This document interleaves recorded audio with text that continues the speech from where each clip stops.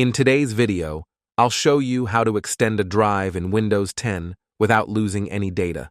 Whether you're running low on storage or want to use your space better, I've got you covered. Let's dive in.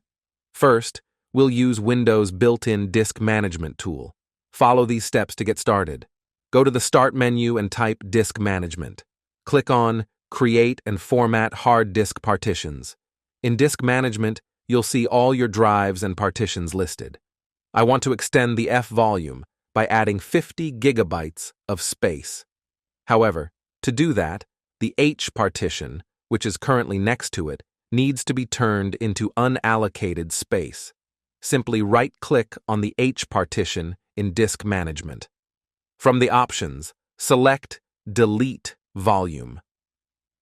A confirmation window will appear. Click Yes to proceed. After deleting the partition, the H volume will now appear as unallocated space, allowing us to extend the F volume using that space. Right-click on the drive you want to extend and select Extend Volume. A window will pop up.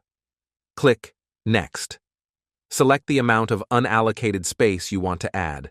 By default, it will select all available unallocated space.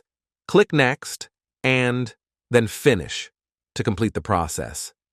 That's it. You've successfully extended your drive. Easy, right?